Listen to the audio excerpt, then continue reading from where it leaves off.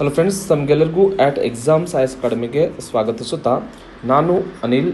ಈ ಸಲದ KS 384 ಇಂಟರ್ವ್ಯೂವನ್ನು ಕೊಟ್ಟಿರುವ ಅಭ್ಯರ್ಥಿಯಾಗಿದ್ದು, ತಮಗೆಲ್ಲ ಗೊತ್ತಿರುವ ಹಾಗೆ ನಾವು ಎಕ್ಸಾಮ್ ಐಎಸ್ ಅಕಾಡೆಮಿ ವತಿಯಿಂದ ವಿರಾಟ್ 250+ ಎನ್ನುವ ಪ್ರೋಗ್ರಾಮನ್ನು ಲಾಂಚ್ ಮಾಡಿಕೊಂಡಿದ್ದೇವೆ. ಫ್ರೆಂಡ್ಸ್, ತಮಗೆಲ್ಲ ಇತ್ತೀಚೆಗೆ ಬಂದಿರುವ ನ್ಯೂಸ್ ಪ್ರಕಾರ 317 ಪೋಸ್ಟನ್ನು ಸರ್ಕಾರ ಏನು ಮಾಡಿದೆ ಅಂದರೆ KPSCದವರಿಗೆ ಶಿಫಾರಸು ಮಾಡಿದೆ. ನೀವು ಏನಂದರೆ ನೆಕ್ಸ್ಟ್ ನೋಟಿಫಿಕೇಶನ್ ಜಾರಿಗೊಳಿಸಿ ಅಂತೇಳಿ. ಸೊ ಆ ನಿಟ್ಟಿನಲ್ಲಿ ಔಟ್ ಆಫ್ ಇದು 317 ಇನ್ನೂ ಆ್ಯಡ್ ಆಗುವ ಸಾಧ್ಯತೆಗಳಿದ್ದಾವೆ. ಓಕೆನಾ? ಸೊ ಈ ನಿಟ್ಟಿನಲ್ಲಿ ನಾವೇನು ಮಾಡ್ಕೊಂಡಿದ್ದೇವೆ ಅಂದರೆ ಫಿಲಿಮ್ಸ್ ಟೆಸ್ಟ್ ಸೀರೀಸನ್ನು ಲಾಂಚ್ ಮಾಡ್ಕೊಂಡಿದ್ದೇವೆ. ಅದರ ಹೆಸರೇ ವಿರಾಟ್ 250+ ಅಂತೇಳಿ. ಫ್ರೆಂಡ್ಸ್, ಅಂದರೆ ಟೋಟಲ್ ಪ್ರಿಲಿಮ್ಸ್ 2 ಪೇಪರ್ ಸೇರಿ 400 ಪೇಪರ್ ಇರ್ತವೆ. ಇದರಲ್ಲಿ 250 ಸ್ಕೋರ್ ಮಾಡಿದರೆ ಯಾವುದೇ ಕೆಟಗರಿ ಇರ್ಬೋದು, GM ಇಂದ ಹಿಡ್ಕೊಂಡು ಬೇರೆ ಯಾವುದೇ ಕೆಟಗರಿ ಇದ್ರೂ ಏನಾಗುತ್ತಂದರೆ ನಮಗೆ ಎಕ್ಸಾಮ್ ಈಸಿಯಾಗಿ ಕ್ವಾಲಿಫೈ ಆಗ್ಬೋದು. ಆ ನಿಟ್ಟಿನಲ್ಲಿ ನಾವು ಆಲ್ರೆಡಿ ಏನು ಗೊತ್ತಾ, ನಿಮಗೆ 6 ಕ್ಲಾಸಸ್ಸನ್ನು ಡಿಸ್ಕಷನ್ ಮಾಡಿದ್ದೇನೆ. ಇವತ್ತಿನ ಕ್ಲಾಸನ್ನು ಅಂದರೆ ಮುಂದುವರೆದ ಭಾಗ KS 106 ಗೆಜೆಟೆಡ್ ಪ್ರೊಫೆಸರ್ನ 2020 ಪೇಪರ್ 1ನ ಚರ್ಚೆ ಮಾಡ್ತಾ ಇದ್ದೇವೆ. ಸೊ ಆಲ್ರೆಡಿ 6 ಕ್ಲಾಸಸ್ ನಮ್ಮ ಯೂಟ್ಯೂಬಲ್ಲಿ ನಿಮಗೆ ಫ್ರೀಯಾಗಿ ಅವೈಲೇಬಲ್ ಇದ್ದಾವೆ. ಸೊ 7ನೇ ಕ್ಲಾಸನ್ನು ನಾನು ನಿಮಗೆ ಇವತ್ತು ಸ್ಟಾರ್ಟ್ ಮಾಡಲಿಕ್ಕೆ ಹೋಗ್ತಾ ಇದ್ದೇನೆ.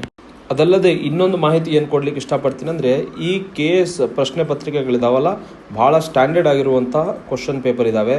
ಇದರಿಂದ ಅಂದರೆ ನೆಕ್ಸ್ಟ್ ಬರುವಂತಹ ಎಕ್ಸೈಸ್ ಸಬ್ ಇನ್ಸ್ಪೆಕ್ಟರ್ಗೆ ಹೆಲ್ಪ್ ಆಗುತ್ತೆ, VAOಗೆ ಹೆಲ್ಪ್ ಆಗುತ್ತೆ. ನೆಕ್ಸ್ಟ್ ಏನಂದರೆ PSI ಬರುವಂಥ PSIಗೂ ಹೆಲ್ಪ್ ಆಗುತ್ತೆ, ಮತ್ತು PC ಎಕ್ಸಾಮ್ಸಿಗೂ ಹೆಲ್ಪ್ ಆಗುತ್ತೆ. ಇಲ್ಲಿರುವ ಕಂಟೆಂಟನ್ನು ನಾನು ಏನು ಗೊತ್ತಾ, ಹಳೆ ಥೀಮ್ ಇರ್ಬೋದು, ಆದರೆ ಏನು ಗೊತ್ತಾ, ಈಗಿನ ರೆಲೆವೆನ್ಸ್ ಏನಿದೆ ಅದನ್ನು ಆ್ಯಡ್ ಮಾಡಿಕೊಂಡು ಅದರ ತಕ್ಕಂತೆ ಕಂಟೆಂಟ್ ಕೊಡ್ತಾ ಹೋಗ್ತಾ ಇದ್ದೀನಿ. ಸೊ ಹಾಗಾಗಿ ಎಲ್ಲ ಎಕ್ಸಾಮಿನ ಅಭ್ಯರ್ಥಿಗಳು ಈ ಒಂದು ಕ್ಲಾಸಸ್ನ ನೋಡೋದ್ರ ಮೂಲಕ ತಮ್ಮ ಪ್ರಿಪ್ರೇಷನ್ಗೆ ವ್ಯಾಲ್ಯೂ ಆ್ಯಡ್ ಆಗುತ್ತೆ ಅನ್ನೋದು ನಮ್ಮ ಪ್ರಬಲವಾದ ನಂಬಿಕೆ ಆಗಿದೆ. ಸೊ ಫ್ರೆಂಡ್ಸ್, ನಾವು ಇವತ್ತಿನ ಮೊದಲ ಪ್ರಶ್ನೆ 61ನೇ ಕ್ವಶನ್ ಇದೆ. ಇದು ಆ ಸಂದರ್ಭದ ಕರೆಂಟ್ ಅಫೇರ್ ರಿಲೇಟೆಡ್ ಕ್ವಶನ್ ಇದೆ.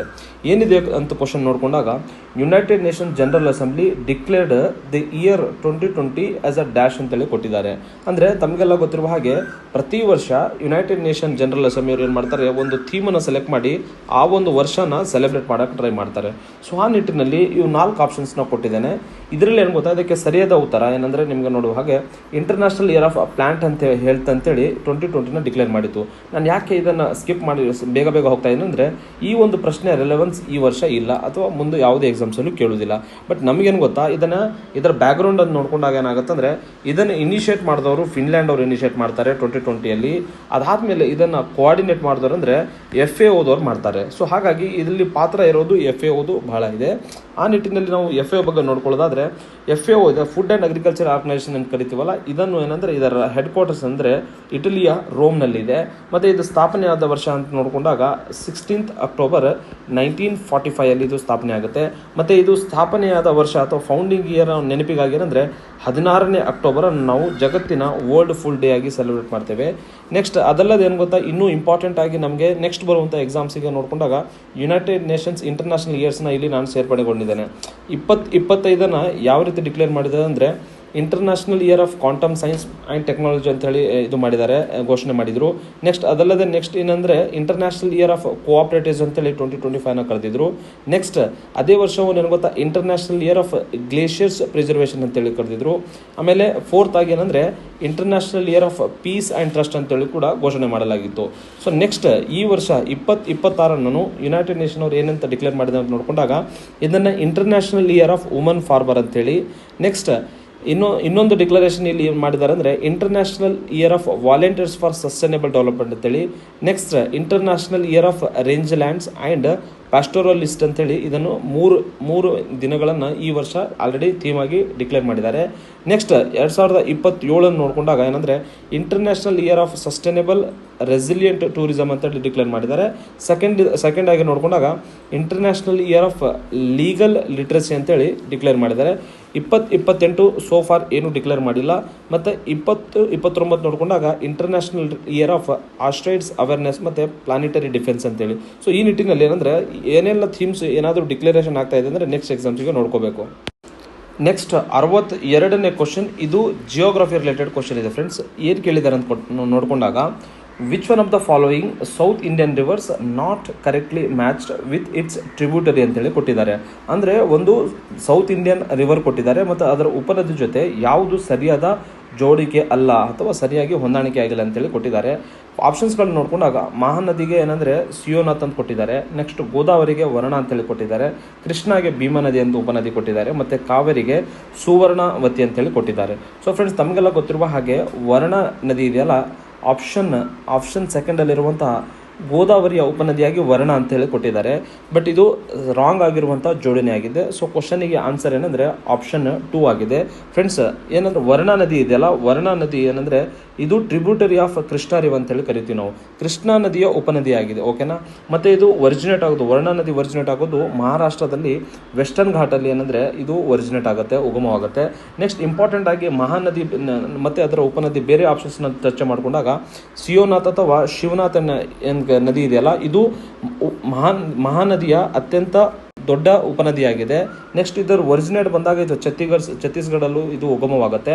ನೆಕ್ಸ್ಟ್ ಭೀಮಾ ಮತ್ತು ಕೃಷ್ಣಾ ನದಿ ಬಗ್ಗೆ ಕೊಟ್ಟಿದ್ದಾರೆ. ಭೀಮಾ ನದಿ ಇದೆಯಲ್ಲ, ಇದು ಕೃಷ್ಣಾ ನದಿಯ ಅತಿ ದೊಡ್ಡ ಉಪನದಿಯಾಗಿದೆ. ಇದರ ಉಗಮ ಸ್ಥಾನ ನೋಡಿಕೊಂಡಾಗ ಭೀಮಾಶಂಕರ್ ಹಿಲ್ಸ್ ಇನ್ ಮಹಾರಾಷ್ಟ್ರದಲ್ಲಿ. ನೆಕ್ಸ್ಟ್ ಸುವರ್ಣವತಿ ಬಂದಾಗ ಇದು ಕಾವೇರಿ ನದಿಯ ಲೆಫ್ಟ್ ಬ್ಯಾಂಕ್ ಟ್ರಿಬ್ಯೂಟರಿ ಇದೆ. ನೆಕ್ಸ್ಟ್ ಇದರ ಒರಿಜಿನೇಟ್ ನೋಡಿದಾಗ ಇದು ವೆಸ್ಟರ್ನ್ ಘಾಟಲ್ಲಿ ಒರಿಜಿನೇಟ್ ಆಗುತ್ತೆ. ಸೊ ಇವು ಪ್ರಮುಖವಾಗಿ ಇಂಪಾರ್ಟೆಂಟ್ ಜೋಡಣೆಗಳು. ನೆಕ್ಸ್ಟ್ ನಮ್ಮ ಎಕ್ಸಾಮ್ ರಿಲೆವೆನ್ಸ್ ನೋಡಿಕೊಂಡಾಗ ಪ್ರಮುಖವಾಗಿ ನಾನು ಇಲ್ಲಿ ಏನು ಸೇರ್ಪಡೆಗೊಳಿಸಿದ್ದೇನೆ ಅಂದರೆ ಯಾವೆಲ್ಲ ನದಿಗಳು ಏನಂದರೆ ಲೆಫ್ಟ್ ಬ್ಯಾಂಕ್ ಟ್ರಿಬ್ಯೂಟರೀಸ್ ಇದಾವೆ ಮತ್ತು ರೈಟ್ ಬ್ಯಾಂಕ್ ಟ್ರಿಬ್ಯೂಟರೀಸ್ ಇದಾವೆ ಅಂತೇಳಿ ಹಾಕ್ಕೊಂಡಿದ್ದೇನೆ. ಸೊ ಪ್ರಮುಖವಾಗಿ ಮಹಾನದಿ ಬಗ್ಗೆ ಚರ್ಚೆ ಮಾಡೋದಾದರೆ ಮಹಾನದಿಯ ಪ್ರಮುಖ ಲೆಫ್ಟ್ ಬ್ಯಾಂಕ್ ಟ್ರಿಬ್ಯೂಟರೀಸ್ ನೋಡ್ಕೊಂಡಾಗ ಏನಿದೆ ಅಂದರೆ ಸಿಯೋನಾಥ್ ಮತ್ತು ಹಸ್ದಿಯೋ ಮತ್ತು ಮಾಂಡ್ ಅಂತೇಳಿ ಇವು 3 ಲೆಫ್ಟ್ ಬ್ಯಾಂಕ್ ಉಪನದಿಗಳಾಗಿದ್ದಾವೆ. Next right bank tributaries of Mahanadi ಬಂದಾಗ ಜೋಂಗ್ ಅಂತೇಳಿದೆ, ಓಂಗೆ ಅಂತೇಳಿದೆ ಮತ್ತು ತೇಲ್ ಅಂತೇಳಿದೆ. ಸೊ ಇವು ಏನಂದರೆ ರೈಟ್ ಬ್ಯಾಂಕ್ ಟ್ರಿಬ್ಯೂಟರೀಸು. ನೆಕ್ಸ್ಟ್ ಕೃಷ್ಣಾ ನದಿಯ ಉಪನದಿಗಳು ಬಂದಾಗ ಪ್ರಮುಖವಾಗಿ ರೈಟ್ ಬ್ಯಾಂಕ್ ಟ್ರಿಬ್ಯೂಟರೀಸ್ ಅಂತ ಅಂದ್ಕೊಂಡಾಗ ರೈಟ್ ಬ್ಯಾಂಕ್ ಅಂತ ಬಂದಾಗ ಘಟಪ್ರಭಾ ಇದೆ, ಮಲಪ್ರಭಾ ಇದೆ ಮತ್ತು ತುಂಗಭದ್ರಾ. ಇವು right bank tributaries of Krishna ನದಿ. ನೆಕ್ಸ್ಟ್ ಲೆಫ್ಟ್ ಬ್ಯಾಂಕ್ ಟ್ರಿಬ್ಯೂಟರೀಸ್ ಬಂದಾಗ ಯಾವೆಲ್ಲ ಬರ್ತಾವೆ ಅಂದರೆ ಭೀಮಾ ಬರುತ್ತೆ, ನೆಕ್ಸ್ಟ್ ವರ್ಣ ಬರುತ್ತೆ, ಅದಾದಮೇಲೆ ಮೂಸಿ ಮತ್ತು ದಿಂಡಿ ಅಂತೇಳಿ ಇವು ಏನಂದರೆ left bank tributaries of Krishna. Next ಅದಲ್ಲದೆ ಇಂಪಾರ್ಟೆಂಟ್ ಆಗಿ ಏನಂದರೆ ಗೋದಾವರಿ ನದಿಯ ಉಪನದಿಗಳನ್ನು ನೋಡಿಕೊಂಡಾಗ ಲೆಫ್ಟ್ ಬ್ಯಾಂಕ್ ಟ್ರಿಬ್ಯೂಟರೀಸ್ ಅಂತ ನೋಡಿಕೊಂಡಾಗ ಪೂರ್ಣ ಇದೆ, ಪ್ರಾಣಹಿತ ಇದೆ, ಇಂದ್ರಾವತಿ ಇದೆ ಮತ್ತು ಸಬರಿ ಅಂತೇಳಿ ಬರುತ್ತೆ.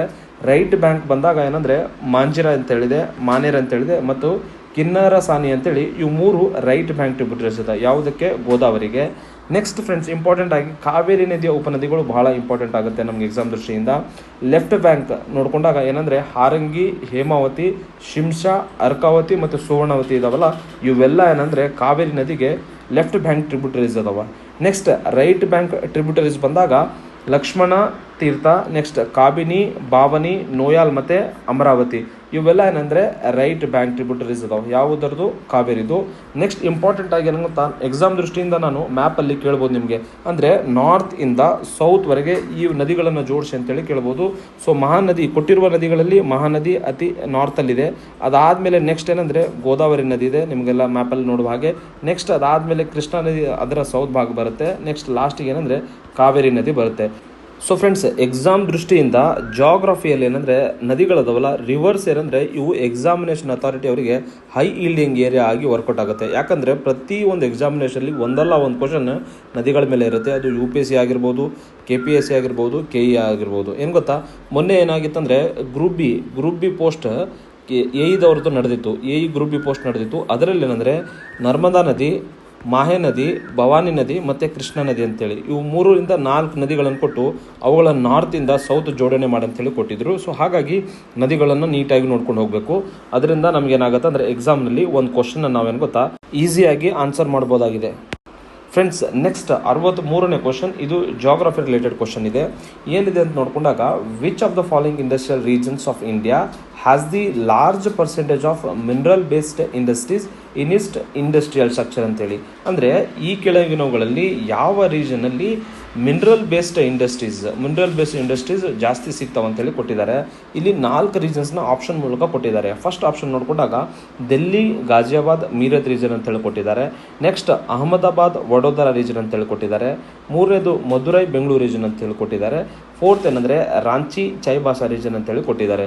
So friends, mineral based industries ಬಂದಾಗ ನಮಗೆ ನೆನಪಾಗಬೇಕಂದ್ರೆ ಛೋಟಾ ನಾಗ್ಪುರ್ ಪ್ಲಾಟು ನಮಗೆ ನೆನಪಾಗಬೇಕು. ಸೊ ಆ ನಿಟ್ಟಿನಲ್ಲಿ ಈ ಕೊಟ್ಟಿರುವ ಆಪ್ಷನ್ಸ್ಗಳಲ್ಲಿ ಛೋಟಾ ನಾಗ್ಪುರ್ ರೀಜನ್ನ ರೆಪ್ರೆಸೆಂಟ್ ಮಾಡುವಂತಹ ಒಂದೇ ಒಂದು ಆಪ್ಷನ್ ಇದೆ. ಅದು ಯಾವುದಂದರೆ ರಾಂಚಿ ಚೈಬಾಸಾ ರೀಜನ್ ಅಂತೇಳಿ. ಸೊ ಫ್ರೆಂಡ್ಸ್ ಏನಾಗಿದೆ ಅಂತ ಬಂದಾಗ ರಾಂಚಿ ಇದೆಯಲ್ಲ, ರಾಂಚಿ ಚೈಬಾಸಾ ರೀಜನ್ ಇದು ಏನಂದರೆ ಛೋಟಾ ನಾಗ್ಪುರ್ನಲ್ಲಿ ಬರುವಂತಹ ಇಂಡಸ್ಟ್ರಿಯಲ್ ರೀಜನ್ ಆಗಿದೆ.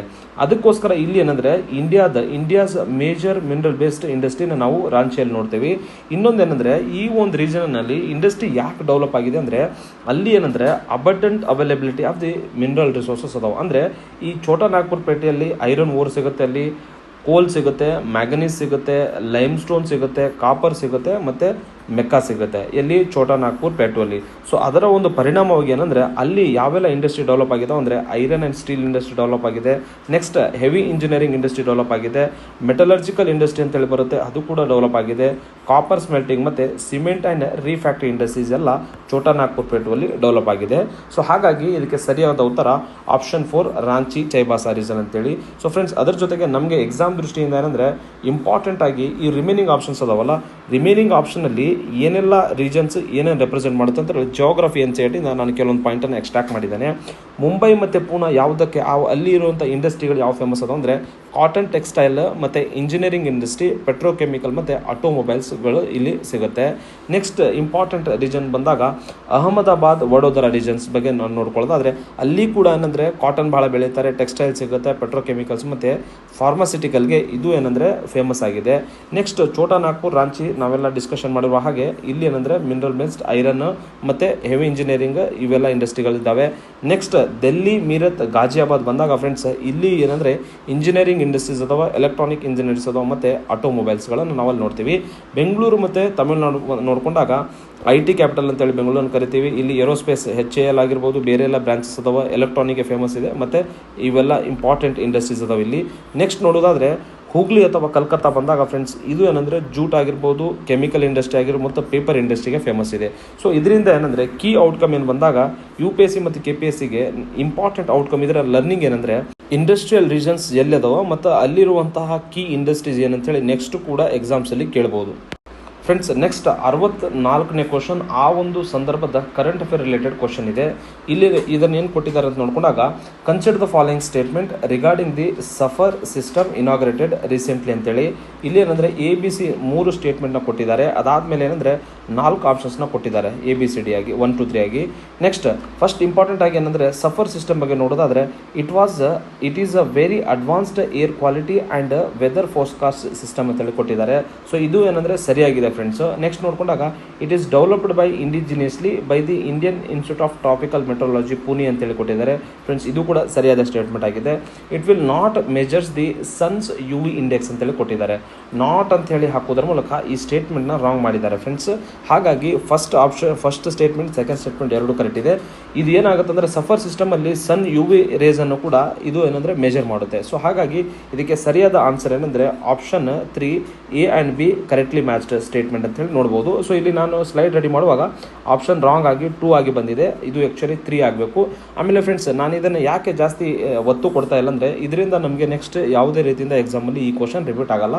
ಬಟ್ ಇಂಪಾರ್ಟೆಂಟ್ ಆಗಿ ಯಾವುದೇ ಒಂದು ಎನ್ವಿರಾನ್ಮೆಂಟ್ ರಿಲೇಟೆಡ್ ಗೌರ್ಮೆಂಟ್ ಅವರು ಇನಿಷಿಯೇಟಿವ್ ತೊಗೊಂಡಿದ್ದಾರೆ ಅಂದರೆ ಈಗ ಫಾರ್ ಎಕ್ಸಾಂಪಲ್ ಇದ್ರ ಬಗ್ಗೆ ಸಫರ್ ಅಂತೇಳಿ ಕೊಟ್ಟಿದ್ದಾರೆ. ಸಫರ್ ಅಂದ್ರೇ ಫುಲ್ ಫಾರ್ಮ್ ಆಗಿ ಕೇಳ್ಬೋದು ನೆಕ್ಸ್ಟ್ KE ಮತ್ತು KPSC ಎಕ್ಸಾಮ್ಸ್ಗಳಲ್ಲಿ. ಸೊ ಅದಕ್ಕೇನಂದರೆ ಸಫರ್ ಸಿಸ್ಟಮ್ನ ಒಂದು ಇದರ ಫುಲ್ ಫಾರ್ಮ್ ಬಂದಾಗ ಏನಿದೆ ಅಂದರೆ system of air quality and weather forecasting and research ಅಂತೇಳಿ.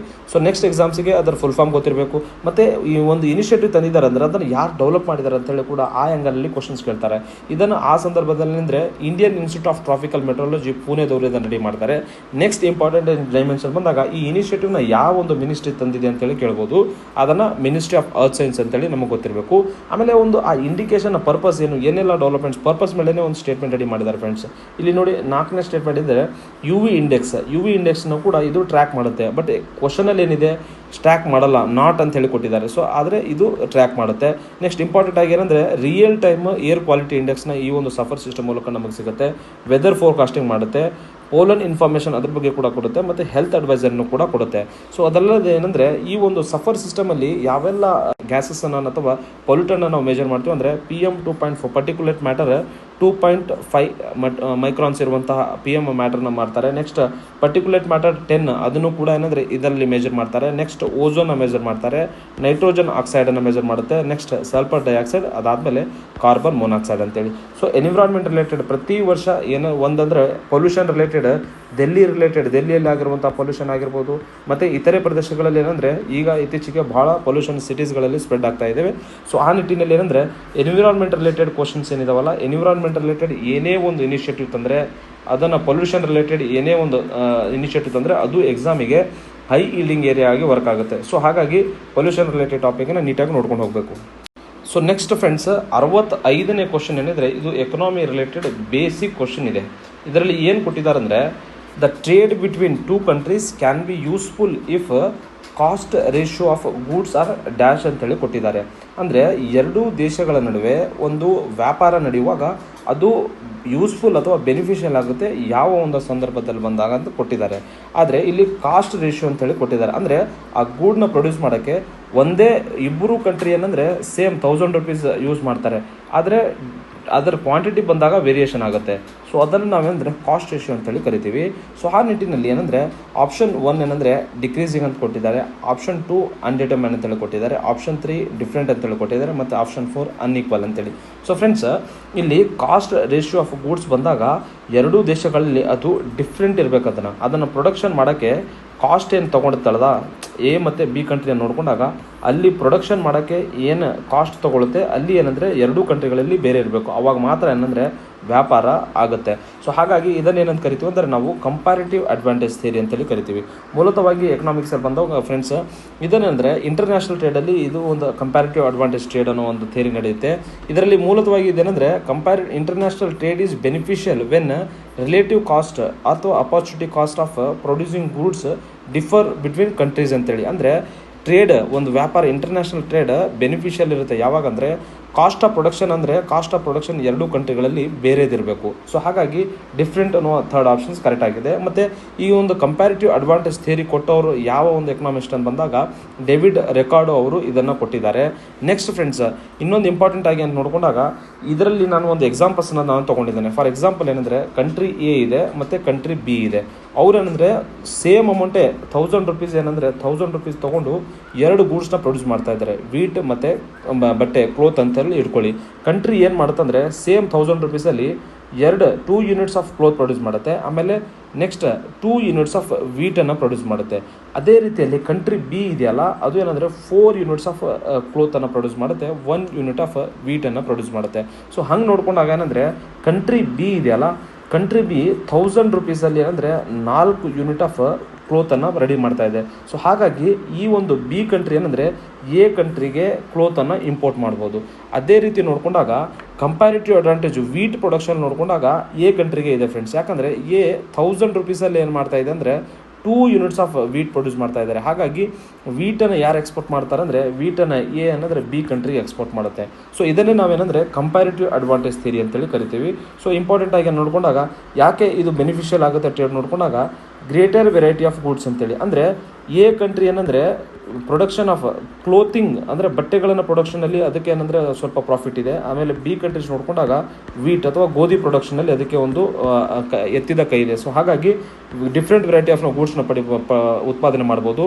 ಮತ್ತು efficient allocation of resources and specialisation ಅಂತೇಳಿ. ಅಂದರೆ ಇವುಗಳನ್ನ ನೋಡ್ಕೊಂಡಾಗ ಎ ಕಂಟ್ರಿ ಏನಂದರೆ ಬಟ್ಟೆಗಳ ಉತ್ಪಾದನೆಯಲ್ಲಿ ಸ್ಪೆಷಲೈಸೇಷನ್ ಇದೆ, ಬಿ ಕಂಟ್ರಿ ಏನಂದರೆ ಗೋಧಿ ಅಥವಾ ವೀಟನ್ನು ಉತ್ಪಾದನೆಯಲ್ಲಿ ಸ್ಪೆಷಲೈಸೇಷನ್ ಇದೆ. ಸೊ ಈ ರೀತಿ ಏನಾಗುತ್ತೆ ಅಂದರೆ ಟೋಟಲಿ ಏನಂದರೆ ಹೈಯರ್ ಪ್ರೊಡಕ್ಷನ್ ಆಗುತ್ತೆ. ಎರಡೂ ಗೂಡ್ಸ್ ಪ್ರೊಡ್ಯೂಸ್ ಆಯ್ತು ಅಂದರೆ ಜಾಸ್ತಿ ಪ್ರೊಡಕ್ಷನ್ ಆಗುತ್ತೆ, ಮತ್ತು ಜನರಿಗೂ ಕೂಡ ಒಂದು ಚೀಪ್ ರೇಟಲ್ಲಿ ಅಥವಾ ಲೋ ಕಾಸ್ಟಲ್ಲಿ ಗೂಡ್ಸ್ ಅವೈಲಬಿಲಿಟಿ ಆಗ್ತಾ ಹೋಗುತ್ತೆ. ಸೊ ಈ ನಿಟ್ಟಿನಲ್ಲಿ ಏನಂದರೆ ಎಕನಾಮಿಕ್ಸ್ ಬಂದಾಗ ಬೇಸಿಕ್ಸ್ ಥಿಯರಿ ಏನಂದರೆ NCERT ಬುಕ್ಸಲ್ಲಿ ಇದನ್ನು ಮೆನ್ಷನ್ ಮಾಡಿರ್ತಾರೆ, NCERT ಬುಕ್ಕಲ್ಲಿ ಇದನ್ನು ಮೆನ್ಷನ್ ಮಾಡಿರ್ತಾರೆ. ಅಂಥವು ಬೇಸಿಕ್ಸ್ನ ಕೇಳುವ ಸಾಧ್ಯತೆಗಳು ಕೂಡ ಇರ್ತವೆ. ಫ್ರೆಂಡ್ಸ್, ನೆಕ್ಸ್ಟ್ 66ನೇ ಕ್ವಶನ್ಸ್ ಆ ಸಂದರ್ಭದ ಕರೆಂಟ್ ಅಫೇರ್ ರಿಲೇಟೆಡ್ ಕ್ವಶನ್ ಇದೆ.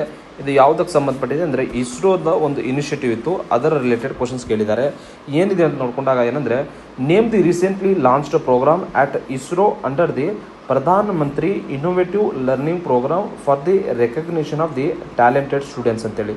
ಅಂದರೆ ಪ್ರಧಾನಮಂತ್ರಿ ಇನ್ನೋವೇಟಿವ್ ಲರ್ನಿಂಗ್ ಪ್ರೋಗ್ರಾಮ್ ಇದೆಯಲ್ಲ ಇಸ್ರೋದವ್ರದ್ದು, ಅದರಲ್ಲಿ ಏನಂದರೆ ಒಂದು ಪ್ರೋಗ್ರಾಮ್ನ ಲಾಂಚ್ ಮಾಡಿದ್ದಾರೆ. ಯಾವುದಕ್ಕೋಸ್ಕರ? ಟ್ಯಾಲೆಂಟೆಡ್ ಸ್ಟೂಡೆಂಟ್ನ ರೆಕಗ್ನೈಸ್ ಮಾಡೋದಕ್ಕೋಸ್ಕರ. ಸೊ ಇದಕ್ಕೆ ಆಪ್ಷನ್ಸ್ 4 ಆಪ್ಷನ್ಸ್ ಇಲ್ಲಿ ಕೊಟ್ಟಿದ್ದಾನೆ ಫ್ರೆಂಡ್ಸ್. ನಿಷ್ಠಾ ಅಂತೇಳಿ ಒಂದಿದೆ, ಯುವಿಕಾ ಅಂತೇಳಿ ಒಂದಿದೆ, ನೆಕ್ಸ್ಟ್ ಸಗುಣ ಅಂತೇಳಿ ಒಂದಿದೆ, ನೆಕ್ಸ್ಟ್ ಧ್ರುವ ಅಂತೇಳಿ ಇದೆ. ಸೊ ಇದಕ್ಕೆ ಸರಿಯಾದ ಆನ್ಸರ್ಸ್ ನಾವು ನಿಮಗೆ ಸ್ಲೈಡಲ್ಲಿ ನೋಡುವ ಹಾಗೆ ಯುವಿಕಾ ಅನ್ನೋ ಒಂದು ಇನಿಷಿಯೇಟಿವ್ನ ತೊಗೊಂಡಿದ್ರು. ಯಾರು? ಇಸ್ರೋದವರು. ಓಕೆನಾ? ಸೊ ಫ್ರೆಂಡ್ಸ್, ಯುವಿಕಾ ಅಂದರೆ ಏನಂದರೆ ಯುವ ವಿಜ್ಞಾನಿ ಕಾರ್ಯಕ್ರಮ ಅಂತೇಳಿ ಇಸ್ರೋದವರು ಲಾಂಚ್ ಮಾಡಿದ್ದಾರೆ. ಇದರ ಪ್ರಮುಖ ಉದ್ದೇಶ, ಇದನ್ನು ಯಾವಾಗ ಲಾಂಚ್ ಮಾಡ್ಕೊಂಡಾಗ ಬಂದಾಗ 2019ರಲ್ಲಿ ಇದನ್ನು ಲಾಂಚ್ ಮಾಡ್ಕೊಂಡಿರ್ತಾರೆ. ಮೇನ್ಲಿ ಇದರ ಅಬ್ಜೆಕ್ಟಿವ್ ಏನಂದರೆ, ಸ್ಕೂಲ್ ಸ್ಟೂಡೆಂಟ್ಸ್ ಅದಾರಲ್ಲ, ಸ್ಕೂಲ್ ಸ್ಟೂಡೆಂಟನ್ನು ಏನಂದರೆ ತಮ್ಮ ಒಂದು ಕರಿಯರನ್ನು ಸೈನ್ಸ್, ಟೆಕ್ನಾಲಜಿ, ಇಂಜಿನಿಯರಿಂಗ್ ಮತ್ತು ಮ್ಯಾಥಮೆಟಿಕ್ಸ್ ಅಥವಾ ಸ್ಟೆಮ್ ಅಂತೇಳಿ ಕರಿತೀವಲ್ಲ, ಈ ಸ್ಟ್ರೀಮಲ್ಲಿ ತಮ್ಮ ಕರಿಯರನ್ನು ಪರ್ಸ್ಯೂ ಮಾಡೋಕ್ಕೆ ಅಥವಾ ಬಿಲ್ಡ್ ಮಾಡೋಕ್ಕೆ ಪುಷ್ ಮಾಡುತ್ತೆ ಇದು. ನೆಕ್ಸ್ಟ್ ಪ್ರಮುಖವಾಗಿದ್ದ ಟಾರ್ಗೆಟ್ ಗ್ರೂಪ್ ಏನಂದರೆ 9ನೇ ತರಗತಿಯಲ್ಲೋ ವಿದ್ಯಾರ್ಥಿಗಳಿಗೆ ಇಲ್ಲಿ ಏನಂದರೆ ಸೆಲೆಕ್ಟ್ ಮಾಡ್ತಾರೆ. ಎಲ್ಲಿಂದ? ಎಲ್ಲ ರಾಜ್ಯಗಳಿಂದ ಮತ್ತು ಕೇಂದ್ರಾಡಳಿತ ಪ್ರದೇಶಗಳಿಂದ.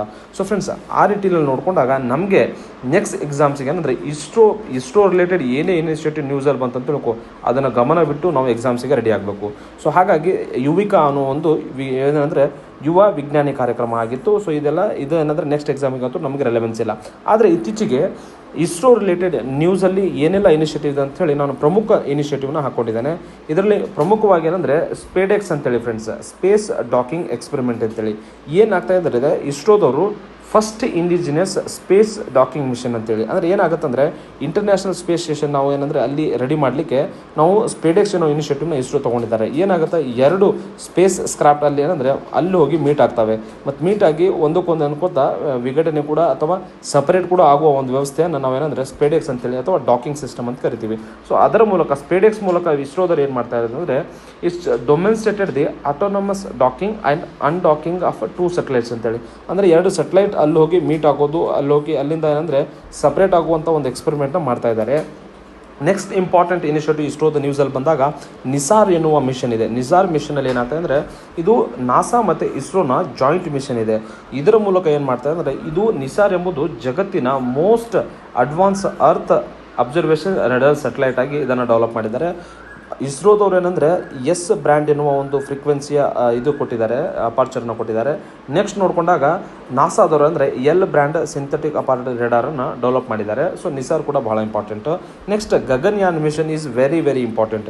ಯಾಕಂದರೆ ಇದು ಭಾರತದಿಂದ, it is India's first human space flight mission ಇದೆ. ಅಂದರೆ ಭಾರತದಿಂದಲೇ ಭಾರತೀಯರನ್ನ ನೋಡಿದ್ರೆ ಸ್ಪೇಸ್ ಸ್ಟೇಷನ್ಗೆ ಕಳಿಸುವಂಥ ಒಂದು ಪ್ರೋಗ್ರಾಮ್ ಆಗಿದೆ. ನೆಕ್ಸ್ಟ್ ಇಂಪಾರ್ಟೆಂಟ್ ಆಗಿ ಏನಂದರೆ, ಏನಾದ್ರು ಲಾಂಚ್ ವೆಹಿಕಲ್ ಬಂದಾಗ LVM-3 ಅಂತೇಳಿದೆ. ಓಕೆನಾ, ಇದನ್ನು ಭಾಳ ಇಂಪಾರ್ಟೆಂಟ್ ಆಗಿ ಎಕ್ಸಾಮಲ್ಲಿ ಕೊಳ್ಬೋದು. ನೆಕ್ಸ್ಟ್ ಎಷ್ಟು ಜನ ಮೆಂಬರ್ಸ್ನ ಇದು ಕಳಿಸ್ತಾ ಇದ್ದಾರೆ ಅಂತ ಬಂದಾಗ 3 ಅಸ್ಟ್ರೋನಾಟ್ಸ್ನ ಕಳಿಸ್ತಾ ಇದ್ದಾರೆ. ಅವು ಯಾರನ್ನು ಕಳಿಸ್ತಾ ಇದ್ದಾರೆ ಅಂತ ಆಲ್ರೆಡಿ ಸೆಲೆಕ್ಟ್ ಮಾಡಿದ್ದಾರೆ. ಅವುಗಳನ್ನು ನ್ಯೂಸಲ್ಲಿತ್ತು, ಅವರ ಹೆಸರನ್ನು ನೀವು ನೀಟಾಗಿ ನೋಡ್ಕೋಬೇಕಾಗುತ್ತೆ.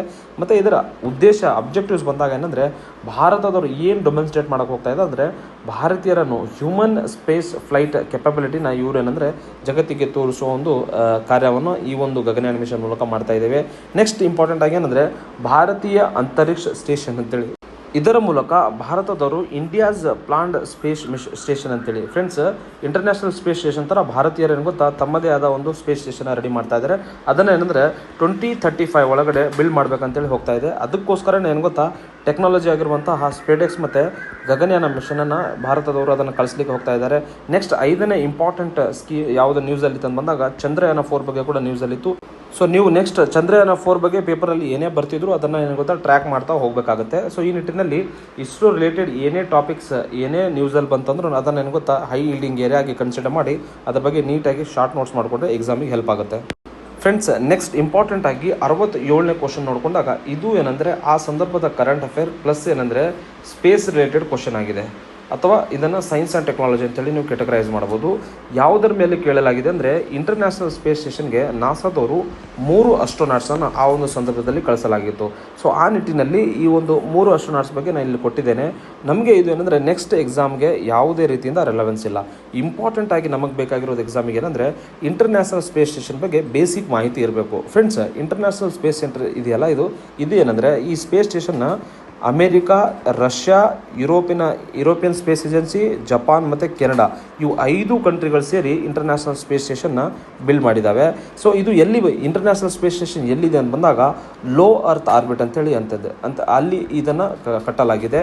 ನೆಕ್ಸ್ಟ್ ಇದರ ಒಂದು ಅಲ್ಟಿಟ್ಯೂಡ್ ನೋಡಿದಾಗ ಭೂಮಿಯಿಂದ ಸುಮಾರು 400 ಕಿಲೋಮೀಟರ್ ಎತ್ತರದಲ್ಲಿ ಈ ಒಂದು ಸ್ಪೇಸ್ ಸ್ಟೇಷನ್ ಇದೆ. ಮತ್ತು ಇದನ್ನು ಲಾಂಚ್ ಮಾಡಿರೋ ವರ್ಷ ಬಂದಾಗ 1998 ಲಾಂಚ್ ಮಾಡಿರ್ತಾರೆ. ಪ್ರಮುಖವಾಗಿ ಇಂಟರ್ನ್ಯಾಷನಲ್ ಸ್ಪೇಸ್ ಸ್ಟೇಷನ್ ಏನಂದರೆ ಪ್ರಮುಖ ಉದ್ದೇಶ ನೋಡ್ಕೊಂಡಾಗ ಇಲ್ಲಿ ಏನಂದರೆ ಇದನ್ನು ಸೈಂಟಿಫಿಕ್ ರಿಸರ್ಚ್ಗೆ ಯೂಸ್ ಮಾಡ್ಕೋತಾ ಇದ್ದಾರೆ ಮತ್ತು ಇಂಟರ್ನ್ಯಾಷನಲ್ ಕೋಆಪ್ರೇಷನ್ಗೆ ಯೂಸ್ ಮಾಡ್ತಾ ಇದ್ದೀವಿ. Next technology development, space related technology develop ಆಗ್ತಾ ಇದೆ ಮತ್ತು ಸ್ಪೇಸ್ ಎಕ್ಸ್ಪ್ಲೋರೇಷನ್ ಆಗ್ತಾ ಇದೆ. ಇನ್ನೊಂದು ಇಂಪಾರ್ಟೆಂಟ್ ಮಾಹಿತಿ ಏನಂದರೆ ದ ಹಿಂದುವಲ್ಲಿ ಒಂದು ಆರ್ಟಿಕಲ್ ಬಂದಿದೆ ಇವತ್ತು. ಅದರಲ್ಲಿ ಭಾರತದ ಮೂಲದ ಅನಿಲ್ ಮೇಲನ್ ಮತ್ತು ರಷ್ಯಾದ ಇಬ್ಬರು ಅಸ್ಟ್ರೋನಾಟ್ ಸೇರಿ ಟೋಟಲ್ 3 ಅಸ್ಟ್ರೋನಾಟನ್ನ ಇಂಟರ್ನ್ಯಾಷನಲ್ ಸ್ಪೇಸ್ ಸೆಂಟರ್ಗೆ ರಷ್ಯಾದವರು ಕಳಿಸಿದ್ದಾರೆ. ಸೊ ಈ ನಿಟ್ಟಿನಲ್ಲಿ ಏನಂದರೆ international space station is very important from the exam point of view. ಅದಲ್ಲದೆ ಏನು ಗೊತ್ತಾ, ಏನೆಲ್ಲ ಡೆವಲಪ್ಮೆಂಟ್ ಸ್ಪೇಸ್ ರಿಲೇಟೆಡ್ ಜಗತ್ತಿನಲ್ಲಿ ಯಾವುದೇ ಮೂಲೆಯಲ್ಲಿ ನಡೀತಿರಲಿ ಅದು ಭಾಳ ಇಂಪಾರ್ಟೆಂಟ್ ಆಗುತ್ತೆ. ಈ ಇಂಟರ್ನ್ಯಾಷನಲ್ ಸ್ಟೇಷ್ ಥರನೇ ಭಾರತೀಯರಂದರೆ ಭಾರತೀಯ ಅಂತರಿಕ್ಷ ಸ್ಟೇಷನನ್ನು ಕೂಡ ಸ್ಥಾಪನೆ ಮಾಡಲಿಕ್ಕೆ ಹೋಗ್ತಾ ಇದ್ದಾರೆ. ನಾನು ಆಲ್ರೆಡಿ ಚರ್ಚೆ ಮಾಡಿದೆ, ಅದು 2035 ಒಳಗಡೆ ಸ್ಥಾಪನೆ ಮಾಡ್ತಾ ಇದ್ದಾರೆ. ಫ್ರೆಂಡ್ಸ್, ನೆಕ್ಸ್ಟ್ 68ನೇ ಕ್ವಶನ್, ಇದು ಹಿಸ್ಟ್ರಿ ರಿಲೇಟೆಡ್ ಇದೆ, ಮಾಡರ್ನ್ ಹಿಸ್ಟ್ರಿ ರಿಲೇಟೆಡ್ ಕ್ವಶನ್ ಇದೆ. ಏನಿದೆ ಅಂತ ಕ್ವಶನ್ ನೋಡ್ಕೊಂಡಾಗ, which of the following statements about the British East India Company are true ಅಂತೇಳಿ, ಅಂದರೆ ಬ್ರಿಟಿಷ್ ಈಸ್ಟ್ ಇಂಡಿಯಾ ಕಂಪನಿ ಬಗ್ಗೆ 4 ಸ್ಟೇಟ್ಮೆಂಟ್ನ ಕೊಟ್ಟಿದ್ದಾರೆ. ಇವುಗಳಲ್ಲಿ ಯಾವುದು ಸರಿಯಾಗಿದೆ ಅಂತೇಳಿ ಕ್ವಶನ್ಸ್ ಕೇಳಲಾಗಿದೆ. ಸೊ ಫಸ್ಟ್ ಸ್ಟೇಟ್ಮೆಂಟ್ ನೋಡೋದಾದ್ರೆ ಏನಿದೆ ಅಂದರೆ, it was formed in 1599 by group of Merchant known as the merchants of adventurers ಅಂತೇಳಿ. ಫ್ರೆಂಡ್ಸ್, ಈ ಒಂದು ಸ್ಟೇಟ್ಮೆಂಟ್ ಸರಿಯಾದ ಸ್ಟೇಟ್ಮೆಂಟ್ ಆಗಿದೆ. ನಾನಿಲ್ಲಿ ನಿಮಗೆ ಎಕ್ಸ್ಪ್ಲನೇಷನಲ್ಲಿ ಕೊಟ್ಟಿರುವ ಹಾಗೆ ಈಸ್ಟ್ ಇಂಡಿಯಾ ಕಂಪನಿಯನ್ನು ಕೆಲವು ಗ್ರೂಪ್ ಆಫ್ ಲಂಡನ್ ಮರ್ಚೆಂಟ್ಸ್ ಅದಾರಲ್ಲ, ಅವ್ರು ಇದನ್ನು ಸ್ಟಾರ್ಟ್ ಮಾಡ್ತಾರೆ. ಅವರ ಒಂದು ಪಾಪ್ಯುಲರ್ ನೇಮ್ ಏನಿತ್ತಂದರೆ ಮರ್ಚೆಂಟ್ಸ್ ಆಫ್ ಅಡ್ವೆಂಚರ್ಸ್ ಅಂತೇಳಿ ಇದ್ರು. ಓಕೆನಾ? ಸೊ ಹಾಗಾಗಿ ಸ್ಟೇಟ್ಮೆಂಟ್ ಎ ಕರೆಕ್ಟ್ ಆಗಿದೆ. ನೆಕ್ಸ್ಟ್ ಸೆಕೆಂಡ್ ಸ್ಟೇಟ್ಮೆಂಟ್ ನೋಡಿದಾಗ, it was granted a charter by Queen Elizabeth first in 1600 giving monopoly of eastern trade for a indefinite period ಅಂತ ಹೇಳಿ ಕೊಟ್ಟಿದ್ದಾರೆ. ಸೊ ಫ್ರೆಂಡ್ಸ್, ಈಸ್ಟ್ ಇಂಡಿಯಾ ಕಂಪನಿಗೆ ಏನು ಗೊತ್ತಾ, ರಾಣಿ ಎಲಿಜಬೆತ್ ಅವರು ಏನಂದ್ರೆ ಪರ್ಮಿಷನ್ ಕೊಡ್ತಾರೆ, ಮೊನೋಪೊಲಿ ಕೊಡ್ತಾರೆ. ಯಾವಾಗ? 1600ನೇ ಶತಮಾನದಲ್ಲಿ. ಸೊ ಆದರೆ ಈಸ್ಟರ್ನ್ ಟ್ರೇಡ್ ಇಂಡೆಫಿನೆಟ್ ಪೀರಿಯಡ್ಗೆ ಕೊಡಲ್ಲ. ಎಷ್ಟು ವರ್ಷಗಳ ಕಾಲ ಕೊಡ್ತಾರೆ ಅಂದರೆ, ಈಸ್ಟ್ ಇಂಡಿಯಾ ಕಂಪನಿಗೆ 15 ವರ್ಷಗಳ ಕಾಲ ಮೊನೋಪೊಲಿ ಅಥವಾ ಏಕಸಾಮ್ಯತೆಯನ್ನು ಕೊಡ್ತಾರೆ. ಸೊ ಹಾಗಾಗಿ ಇಂಡೆಫಿನೆಟ್ ಎಂಬ ಪದ ಸೇರಿಸೋದ್ರ ಮೂಲಕ ಇದನ್ನು ರಾಂಗ್ ಮಾಡಿದ್ದಾರೆ. ಸೊ ಸ್ಟೇಟ್ಮೆಂಟ್ ಬಿ ರಾಂಗ್ ಆಗಿದೆ. ನೆಕ್ಸ್ಟ್ ಸ್ಟೇಟ್ಮೆಂಟ್ ಸಿ ನೋಡೋದಾದ್ರೆ, ಈ decided to open a factory at Surat in 1608 ಅಂತೇಳಿ, ಅಂದರೆ 1608ರಲ್ಲಿ ಇವರು ಸೂರತ್ನಲ್ಲಿ ಫ್ಯಾಕ್ಟರಿ ಕೂಡ ಸ್ಥಾಪನೆ ಮಾಡ್ತಾರೆ. ವಿಲಿಯಂ ಹಾಕಿನ್ಸ್ ಆಗಿರುವಂತಹ ಏನಂದ್ರೆ ಕ್ಯಾಪ್ಟನ್ ಆಗಿರುವಂತಹ ವಿಲಿಯಮ್ಸ್ ಹಾಕಿನ್ಸ್ ಅಂಡರಲ್ಲಿ 1608ರಲ್ಲಿ ಸೂರತ್ನಲ್ಲಿ ತಮ್ಮ ಪರ್ಮನೆಂಟ್ ಇಂಗ್ಲಿಷ್ ಫ್ಯಾಕ್ಟರಿನ ಸೂರತ್ನಲ್ಲಿ ಸ್ಥಾಪನೆ ಮಾಡ್ತಾರೆ. ಸೊ ಹಾಗಾಗಿ ಆಪ್ಷನ್ ಈ ಸ್ಟೇಟ್ಮೆಂಟ್ ಆಗಿರುವಂಥ ಸ್ಟೇಟ್ಮೆಂಟ್ ಸಿ ಕರೆಕ್ಟ್ ಆಗಿದೆ. ನೆಕ್ಸ್ಟ್ ಸ್ಟೇಟ್ಮೆಂಟ್ ಡಿ ನೋಡೋದಾದ್ರೆ, company's monopoly of trade was abolished by James first in 1609 ಅಂತ ಕೊಟ್ಟಿದ್ದಾರೆ. ಸೊ ಫ್ರೆಂಡ್ಸ್, ಏನಾಗುತ್ತಂದ್ರೆ ಜೇಮ್ಸ್ ಅವರು ಕಂಪನಿ ಮೊನೋಪೊಲಿನ ಅಬಾಲಿಷ್ ಮಾಡಲ್ಲ. ಬಟ್ ಏನಾಗುತ್ತಂದ್ರೆ ಅವರ ಒಂದು ಚಾರ್ಟರ್, ಈ ಹೊಸ ಚಾರ್ಟರ್ನ ತರ್ತಾರೆ. ಆ ಚಾರ್ಟರ್ ರಿನ್ಯೂ ಆಗುತ್ತೆ. ಆ ಚಾರ್ಟರ್ ರಿನ್ಯೂ ಪ್ರಕಾರ ಅವ್ರೇನಂದ್ರೆ ಟ್ರೇಡಿಂಗ್ ಪ್ರಿವಿಲೇಜಸ್ನ ಕಂಟಿನ್ಯೂ ಮಾಡ್ಕೊಂತ ಹೋಗ್ಬೋದಿತ್ತು. ಸೊ ಇದಕ್ಕೆ ಸರಿಯಾದ ಆನ್ಸರ್ ಬಂದಾಗ choose the correct answer from the given below ಅಂತ ಕೊಟ್ಟಿದ್ದಾರೆ. ಸೊ ಎ ಮತ್ತೆ ಸಿ ಆಗಿರುವಂತಹ ಆಪ್ಷನ್ 3 ಏನಂದ್ರೆ ಇದಕ್ಕೆ ಸರಿಯಾದ ಆಯ್ಕೆ ಆಗಿದೆ. ಇದಲ್ಲದೆ ಫ್ರೆಂಡ್ಸ್, ನೆಕ್ಸ್ಟ್ ಎಕ್ಸಾಮ್ ದೃಷ್ಟಿಯಿಂದ ಏನಂದ್ರೆ, ಈಸ್ಟ್ ಇಂಡಿಯಾ ಕಂಪನಿ ಎಂಬುದು ಹಿಸ್ಟ್ರಿಯಲ್ಲಿ ಪ್ರತಿ ಎಕ್ಸಾಮಿನೇಷನ್ ಅಥಾರಿಟಿ UPSC ಅಲ್ಲಿ ಆಗಿರ್ಬೋದು, KPSC ಅಲ್ಲಿ ಆಗಿರ್ಬೋದು, ನೆಕ್ಸ್ಟ್ KE ಅಲ್ಲಿ ಕೂಡ ಏನಂದ್ರೆ ಈಸ್ಟ್ ಇಂಡಿಯಾ ಕಂಪನಿ ಬಗ್ಗೆ ಕೇಳ್ತಾರೆ. ಅದ್ರ ಬಗ್ಗೆ ಏನು ಗೊತ್ತಾ, ನೀಟಾಗಿ ನೋಟ್ಸ್ ಇಸ್ಕೊಂಡು ನಾವೇನಂದ್ರೆ ಓದ್ಕೊಂಡ್ರೆ ನೆಕ್ಸ್ಟ್ ಎಕ್ಸಾಮ್ಸಿಗೆ ಹೆಲ್ಪ್ ಆಗುತ್ತೆ. ಸೊ ಫ್ರೆಂಡ್ಸ್, ನೆಕ್ಸ್ಟ್ 69ನೇ ಕ್ವಶನ್ ಏನಂದ್ರೆ, ಆ ಸಂದರ್ಭದ ಕರೆಂಟ್ ಅಫೇರ್ ರಿಲೇಟೆಡ್ ಕ್ವಶನ್ ಇತ್ತು. ಇದು ಯಾವುದರ ರಿಲೇಟೆಡ್ ಅಂದ್ರೆ ಸೈನ್ಸ್ ಅಂಡ್ ಟೆಕ್ನಾಲಜಿ ಲಿಂಕ್ ಇರುವಂತಹ ಕ್ವಶನ್ ಇದೆ. ಏನು ಕೇಳಲಾಗಿತ್ತು ಅಂತ ನೋಡ್ಕೊಂಡಾಗ, in January 2019 the Chinese spacecraft that become the first to land on the far side of the moon was dash ಅಂತೇಳಿ ಕೇಳಲಾಗಿದೆ. ಅಂದ್ರೆ 2019ರಲ್ಲಿ ಚೈನಾದವ್ರು ಲಾಂಚ್ ಮಾಡಿರುವಂತಹ ಸ್ಪೇಸ್ ಕ್ರಾಫ್ಟ್ ಚಂದ್ರನ ಅತಿ ಭೂಮಿಯಿಂದ ದೂರದಲ್ಲಿರುವ ಜಾಗಕ್ಕೆ ತಲುಪಿತು. ಆ ಒಂದು ಮಿಷನ್ ಹೆಸರು ಏನಂತೇಳಿ ಕೇಳಲಾಗಿದೆ. ಫ್ರೆಂಡ್ಸ್, ನಾನು ಡೈರೆಕ್ಟ್ ಆಗಿ ಆನ್ಸರ್ಗೆ ಬರೋದಾದ್ರೆ ಚಾಂಗ್ E4 ಅಂತೇಳಿ ಆ ಸಂದರ್ಭದಲ್ಲಿ ಹೋಗಿತ್ತು.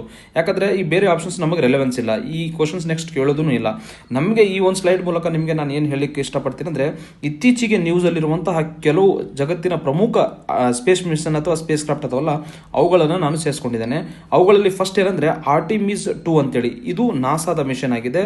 ಇದರ ಮೂಲಕ ಏನಂದ್ರೆ ನಾಸಾದವ್ರು ಏನ್ ಮಾಡಕ್ ಹೋಗ್ತಾ ಇದೆ ಅಂದ್ರೆ, first crewed Artemis mission to fly around the moon ಅಂತೇಳಿ, ಅಂದ್ರೆ ಚಂದ್ರನ ಮೇಲೆ ಏನಂದ್ರೆ ಮನುಷ್ಯರನ್ನು ಕಳಿಸುವ, ಮಾನವರನ್ನು ಕಳಿಸುವ ಒಂದು ಇದು ಆಗಿದೆ, ಮಿಷನ್ ಆಗಿದೆ. ನೆಕ್ಸ್ಟ್ ಏನಂದ್ರೆ, ಅದಲ್ಲದೆ ಸಿಗ್ನಿಫಿಕೆನ್ಸ್, ಇದರ ಪ್ರಾಮುಖ್ಯತೆ ನೋಡ್ಕೊಂಡಾಗ, it is a step towards returning humans to the lunar surface under Artemis 3 ಅಂತೇಳಿ. ಅಂದ್ರೆ ಆರ್ಟಿಮಿಸ್ 3 ಪ್ರೋಗ್ರಾಮ್ ಅನ್ನು ಏನಂದ್ರೆ ಅದರಲ್ಲಿ ಏನ್ ಮಾಡ್ತಾರೆ ಅಂದ್ರೆ, ಮಾನವರನ್ನ ಚಂದ್ರಕ್ಕೆ ಕಳಿಸಿ ಅಲ್ಲಿಂದ ರಿಟರ್ನ್ ಮಾಡುವ ಒಂದು ಪ್ರಾಜೆಕ್ಟ್ಗೆ ಇದು ಆರ್ಟಿಮಿಸ್ 2 ಬುನಾದಿಯಾಗಿ ವರ್ಕ್ ಆಗಲಿದೆ.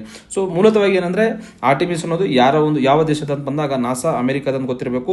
ಮತ್ತೆ ಏನು ಇದರ ಉದ್ದೇಶ ನೋಡ್ಕೊಂಡಾಗ ಏನಂದ್ರೆ, ಮಾನವರನ್ನು ಮೂನಿಗೆ ಅಥವಾ ಚಂದ್ರಕ್ಕೆ ಕಳಿಸುವ ಒಂದು ಉದ್ದೇಶ ಹೊಂದಿದೆ ಅಷ್ಟೇ. ನೆಕ್ಸ್ಟ್ ಇಂಪಾರ್ಟೆಂಟ್ ಆಗಿ ಏನಂದ್ರೆ ಚಾಂಗ್ E6 ಇದು ಏನಂದ್ರೆ ನ್ಯೂಸ್ ಅಲ್ಲಿತ್ತು. ಇದು ಏನಂದ್ರೆ ಚೈನಾದ ಒಂದು ಸ್ಪೇಸ್ ಕ್ರಾಫ್ಟ್ ಆಗಿದೆ. ಇದರ ಮೂಲ ಉದ್ದೇಶ ಏನಂದ್ರೆ first successful return of samples from the moons for side ಅಂತೇಳಿ. ಅಂದ್ರೆ ಈ ಒಂದು ಸ್ಪೇಸ್ ಕ್ರಾಫ್ಟ್ ಮೂಲಕ ಏನಂದ್ರೆ ಚಂದ್ರನ ಫಾರ್ ಸೈಡ್ ಅತಿ ಭೂಮಿಯಿಂದ ಅತಿ ದೂರದಲ್ಲಿರುವಂತಹ ಒಂದು ಪ್ರದೇಶದಿಂದ ಕೆಲವು ಸ್ಯಾಂಪಲ್ಸ್ನ ತರುವಂಥ ಒಂದು ಉದ್ದೇಶ ಹೊಂದಿದೆ.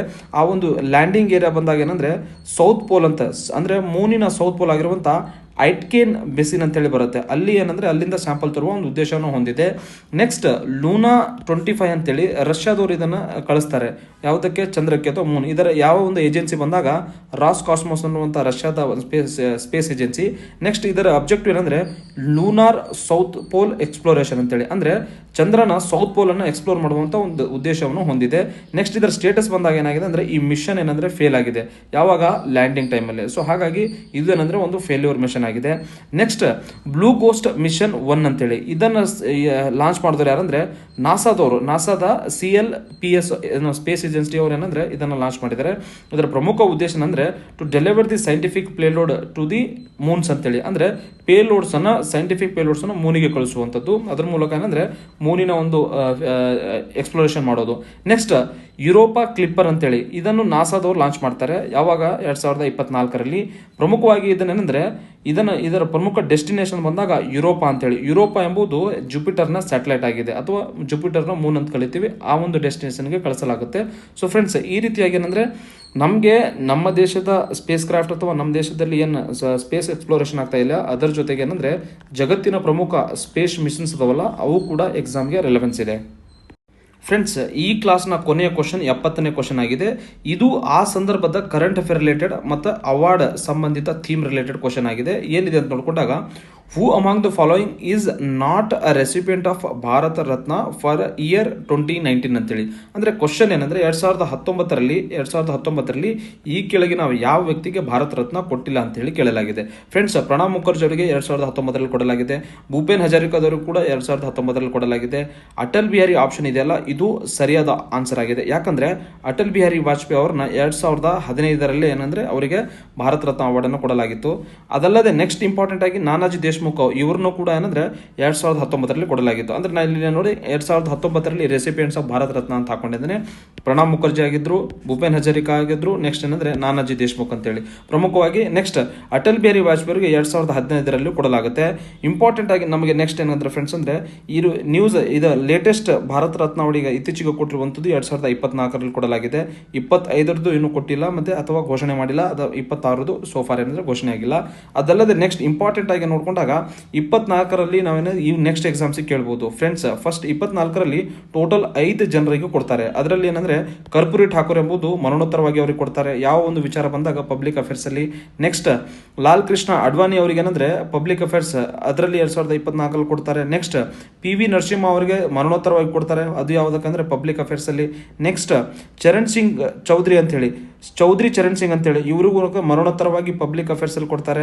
ನೆಕ್ಸ್ಟ್ ಏನಂದ್ರೆ MS ಸ್ವಾಮಿನಾಥನ್ ಇವರು ಕೂಡ ಮರಣೋತ್ತರವಾಗಿ ಅಗ್ರಿಕಲ್ಚರ್ ಅಥವಾ ಗ್ರೀನ್ ಸೈನ್ಸ್ ರೆವಲ್ಯೂಷನ್ಗೆ ಕೊಟ್ಟಿರುವಂತಹ ಒಂದು ಅವಾರ್ಡ್ ಆಗಿದೆ. ಸೊ ನೆಕ್ಸ್ಟ್ ಕೇಳುವಂತ ಎಕ್ಸಾಮ್ಸ್ ಅಲ್ಲಿ 2024ರಲ್ಲಿ ಕೊಟ್ಟಿರುವಂತಹ ಭಾರತ ರತ್ನ ರೆಸಿಪಿಯೆಂಟ್ಸ್ ಬಗ್ಗೆ ಕ್ವಶನ್ಸ್ ಕೇಳಬಹುದು. ನೆಕ್ಸ್ಟ್ ಅದಲ್ಲದೆ ಇನ್ನು ಬೇಸಿಕ್ ಆಸ್ಪೆಕ್ಟ್ಸ್ ನಮ್ಮ ಎಕ್ಸಾಮ್ ನೋಡ್ಕೊಂಡಾಗ ಫ್ರೆಂಡ್ಸ್ ಏನಂದ್ರೆ ಭಾರತ ರತ್ನ ಅವಾರ್ಡ್ ಅನ್ನು 1954ರಲ್ಲಿ ಭಾರತದಲ್ಲಿ ಜಾರಿಗೊಳಿಸಲಾಯಿತು. ಮತ್ತೆ ಇದು ಹೈಯೆಸ್ಟ್ ಸಿವಿಲಿಯನ್ ಅವಾರ್ಡ್ ಅಂತ ಹೇಳಿ ಕರಿತೀವಿ. ಭಾರತದ ಅತ್ಯುನ್ನತ ನಾಗರಿಕ ಒಂದು ಅವಾರ್ಡ್ ಆಗಿದೆ.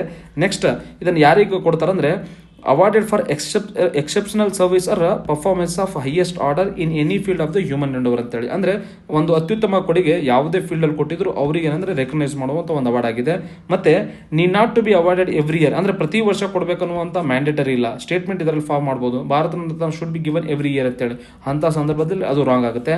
ನೆಕ್ಸ್ಟ್ ಯೂಶಲಿ ಏನ್ ಮಾಡ್ತಾ ಇದ್ದಾರೆ, ಮ್ಯಾಕ್ಸಿಮಮ್ 3 ಅವಾರ್ಡ್ಸ್ ನ ಕೊಡ್ತಾ ಇದ್ದಾರೆ ಎವ್ರಿ ಇಯರ್. ಬಟ್ ಅದ್ರ ಮೇಲೆ ಏನಂತ ಯಾವುದೇ ರೆಸ್ಟ್ರಿಕ್ಷನ್ ಅಥವಾ ರೂಲ್ಸ್ ಇಲ್ಲ. ಮತ್ತೆ ಇನ್ನೊಂದು ಹೇಳ್ಬೇಕಂದ್ರೆ ಭಾರತೀಯ ನಾಗರಿಕರಿಗೂ ಕೊಡಬಹುದು, ಮತ್ತೆ ಫಾರಿನರ್ಸ್ ಕೂಡ ಈ ಒಂದು ಭಾರತ ರತ್ನ ಅವಾರ್ಡ್ಗೆ ಎಲಿಜಿಬಲ್ ಇದ್ದಾರೆ. ಮತ್ತೆ ಇಂಪಾರ್ಟೆಂಟ್ ಆಗಿ ಏನಂದ್ರೆ ಮರಣೋತ್ತರವರೆಗೆ ಕೂಡ ಕೊಡಬಹುದು. ಅದನ್ನ 1955ರಿಂದ ಕೊಡಲಿಕ್ಕೆ ಪ್ರಾರಂಭ ಮಾಡಿದ್ದಾರೆ. ನೆಕ್ಸ್ಟ್ ಇಂಪಾರ್ಟೆಂಟ್ ಆಗಿ ನೆಕ್ಸ್ಟ್ GK ಫ್ಯಾಕ್ಟ್ಸ್ ಅಲ್ಲಿ ಕೇಳೋದಾದ್ರೆ first Bharat Ratna recipient awards ಯಾರು ಅಂತ ಹೇಳಿ ಕೇಳಬಹುದು. ಫ್ರೆಂಡ್ಸ್, 1954ರಲ್ಲಿ C ರಾಜಗೋಪಾಲಾಚಾರಿ ಅವರಿಗೆ ಕೊಡ್ತಾರೆ, ಮತ್ತೆ ಡಾಕ್ಟರ್ ರಾಧಾಕೃಷ್ಣನ್ ಅವರಿಗೆ ಕೊಡ್ತಾರೆ, ಮತ್ತೆ ಸೈಂಟಿಸ್ಟ್ ಆಗಿರುವಂತಹ CV ರಾಮನ್ ಅವರಿಗೆ ಕೊಡ್ತಾರೆ. ಸೊ ಮೂಲತಃವಾಗಿ ಇವು 3 ಜನರನ್ನು ಕೊಡ್ತಾರೆ. ಮೊಟ್ಟ ಮೊದಲ ಬಾರಿಗೆ ಫಾರಿನರ್ಸ್ ಯಾರು ಈ ಅವಾರ್ಡನ್ನು ತೊಗೊಂಡಿರೋದು ಬಂದಾಗ ಖಾನ್ ಅಬ್ದುಲ್ ಗಫಾರ್ ಖಾನ್ ಅವರು ಪಾಕಿಸ್ತಾನದವರು, ಇವರಿಗೆ ಏನಂದರೆ ಭಾರತ ರತ್ನ ಫಾರಿನರಿಗೂ ಕೊಡ್ತೀವಿ, ಮತ್ತು ನೆಲ್ಸನ್ ಮಂಡೇಲಾವ್ರನ್ನ 1990 ಸೌತ್ ಆಫ್ರಿಕಾ ಅವರಿಗೆ ಕೂಡ ಕೊಡಲಾಗಿದೆ. ಸೊ ಈ ನಿಟ್ಟಿನಲ್ಲಿ ಏನಂದರೆ ಅವಾರ್ಡ್ಸ್ ಬಂದಾಗ ಫ್ರೆಂಡ್ಸ್, ನೆಕ್ಸ್ಟ್ ಎಕ್ಸಾಮಲ್ಲಿ ಒಂದಲ್ಲ ಒಂದು ರೀತಿಯಿಂದ ಏನಂದರೆ KS ಅಲ್ಲಿ ಅವಾರ್ಡ್ಸ್ ಮೇಲೆ ಕ್ವಶನ್ಸ್ ಕೇಳಲಾಗುತ್ತೆ. ಸೊ ನೀವು KS ಪ್ರಿಲಿಮ್ಸನ್ನು ಪಾಸ್ ಆಗಬೇಕಂದ್ರೆ ಯಾವೆಲ್ಲ ಅವಾರ್ಡ್ಸ್ ಇಂಪಾರ್ಟೆಂಟ್ ಆಗಿ ನ್ಯಾಷನಲ್ ಇಂಟರ್ನ್ಯಾಷನಲ್ ಅವಾರ್ಡ್ ಯಾವೆಲ್ಲ ನ್ಯೂಸಲ್ಲಿದೆ ಅದರ ಮೇಲೆ ನಿಗಾ ಇಟ್ಕೋಬೇಕಾಗತ್ತೆ. ಸೊ ಫ್ರೆಂಡ್ಸ್, ಮತ್ತೆ ಏನಂದರೆ ನಾವು ವಿರಾಟ್ 250+ ಎನ್ನುವ ಪ್ರೋಗ್ರಾಮನ್ನು ಲಾಂಚ್ ಮಾಡ್ಕೊಂಡಿದ್ದೇವೆ. ಅದ್ರ ಜೊತೆಗೆ ಏನಂದರೆ ಎಕ್ಸೈಸ್ ಸಬ್ ಇನ್ಸ್ಪೆಕ್ಟರ್ ನಮ್ಮದು ಟೆಸ್ಟ್ ಸೀರೀಸ್ ನಡೀತಾ ಇದೆ. ಮತ್ತೆ ಏನಂದರೆ ಪೊಲೀಸ್ ಕಾನ್ಸ್ಟೇಬಲು, VAO ಎಲ್ಲನೂ ಸೇರಿಸಿ ಏನಂದರೆ ನಮ್ಮ ಪ್ಲಾಟ್ಫಾರ್ಮಲ್ಲಿ ಆಲ್ರೆಡಿ ನಾವೇನಂದರೆ ಎಕ್ಸಾಮ್ IAS ಅಕಾಡೆಮಿ ಪ್ಲಾಟ್ಫಾರ್ಮಲ್ಲಿ ಆ್ಯಪಲ್ಲಿ ಏನಂದರೆ ಆಲ್ರೆಡಿ ಟೆಸ್ಟ್ ಸೀರೀಸ್ ಎಲ್ಲ ಲಾಂಚ್ ಆಗಿದೆ. ಸೊ ನೀವು ಸಬ್ಸ್ಕ್ರೈಬ್ ಮಾಡಿ ನೆಕ್ಸ್ಟ್ ಎಕ್ಸಾಮ್ಸಿಗೆ ರೆಡಿ ಆಗಬೇಕಂತೇಳಿ ಕೇಳುತ್ತಾ, thank you and keep watching our videos.